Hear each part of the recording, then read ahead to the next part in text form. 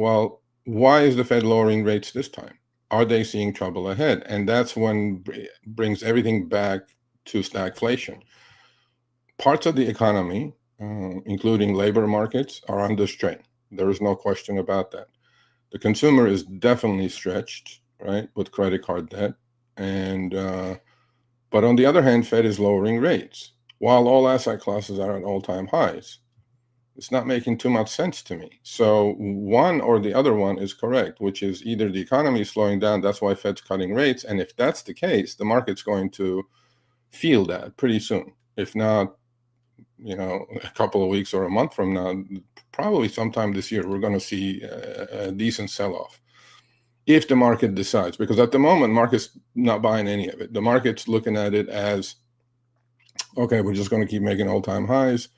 Nothing wrong with the economy. The other thing that the Fed is kind of kicked the can down the road on Friday during Jay Powell's speech was, they have a mandate, right? What is the Fed mandate? 2% inflation, which is gaslighting completely. Inflation is not 2%. It's been running 6-7% over the last God knows how long.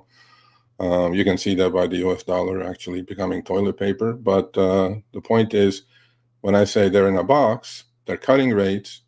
Are they thinking the economy is slowing down? If the economy is slowing down, the stock market is extremely, extremely overpriced. If the economy is not slowing down, why are we cutting rates? There's no need. So we're going to find that out, and that's the stagflation part. Stagflation part is unemployment is employment is getting strained. Employment numbers, defaults are getting strained. And Fed is seeing this and cutting it. And while they kick the can down the road saying that, yeah, inflation is not a problem, we're going to forget about our mandate for a while. Yes, we can look at all the last CPI, PPI numbers. They're running hotter. So in a stagflationary period, somebody put it in the chat, if you guys know it, there is no cure for stagflation. I mean, if we cut rates now, while everything is at all-time highs, are we going to refuel the fire of inflation? Or if we raise rates now, which obviously they're not going to do, then they're going to kill the economy, right? So to me, they're in a box. And with the pressure maybe from the new administration, Jay Powell on his way out, we know he's going to be out by next June. I'm not sure if the market needs lower interest rates, but if the lower interest rates are coming because there is trouble ahead, the market's extremely overvalued at this level. So I was looking at this chart, and the question is an accommodative Fed bullish for the stock market? Quite the contrary. Well, history, right? We have to pay attention to history. There have been many cycles, Fed interest rate raising cycles and lowering cycles. Well, look where we are. So this chart goes back to 2020. It doesn't have, it goes back to 2000. It doesn't have the true COVID period, but we all know what happened. It's better actually to see what happened in the past. So in 2000, during the dot-com bubble, which I was on the trading desk, Fed actually, the market rolled over and Fed started cutting rates. By the way, Fed cutting rates, and they were as high as 6%. The Fed, this is the blue line on the bottom here is the Fed funds rate. And the Fed started aggressively cutting rates, right, during the dot-com bubble. And but there is a lag effect. So when the Fed cuts the rates, doesn't mean that it's going to reflect itself into the economy immediately. There's definitely a 6-month lag or so. And as we know, the markets price everything 6 months to a year ahead. So during that cycle, rates went from about 6.5% on the Fed funds rate all the way down to about 1.5%, 1.25%. Well, what was the sell-off in the market that we experienced? Again, I'm not saying we're in the dot-com era. Obviously, that was ridiculousness. When I was on the desk, we would be laughing, actually. But so that was a 51% drawdown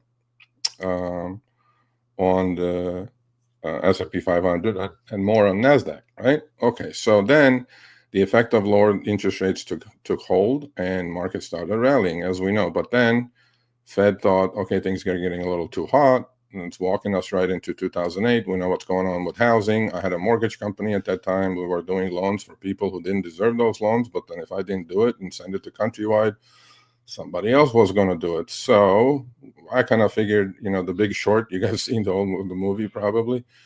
I lived through that basically. So then Fed started raising rates. right? Look at the Fed funds. This is the interest rate raising cycle while the market's going higher, okay? And then we hit what? 2008 GFC. Fed funds was pushed from 1 to almost 5.5%, and then Fed immediately started cutting rates. And that's when we got the ZIRP, right? ZIRP meaning zero interest rate policy. And what happened? Yeah, the market went down 58% this time. So every cutting cycle, market has gone down. Is it different this time? We're going to find out. We're going to find out how aggressively they're going to cut, and we're going to see what the Fed funds rate does. And obviously, we bottomed. We all know we always bottom. Long term, markets always go up. Short term, there are really painful drawdowns, especially if you're holding 3-4 beta stocks.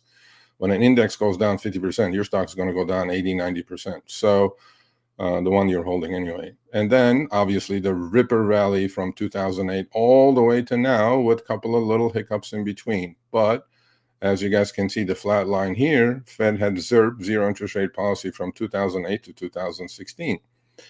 And then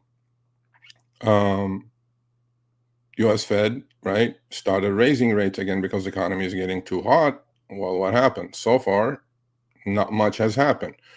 Well, we know during the pandemic, right, the interest rates collapsed again. Then we had ZIRP for another extended period of time, and then what? Now we are here, all right? So when inflation got hot in 21, you know, this chart does not include 2021, 2022, but we had a serious drawdown in the markets for those 2 years during the interest rate increasing cycle. So now we're cutting. Well, so my point is, every interest rate cut that people are expecting for them to be very bullish for the market? I don't think so. That's my opinion, obviously. I don't think so.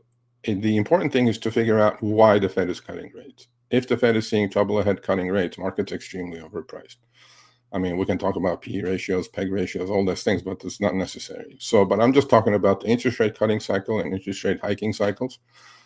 Actually, market does really well during interest rate hiking cycles because that means the economy is getting stronger, demand is there, and you know, it will continue. But when the Fed starts cutting rates, once you figure out why they're cutting rates, then I think you can manage.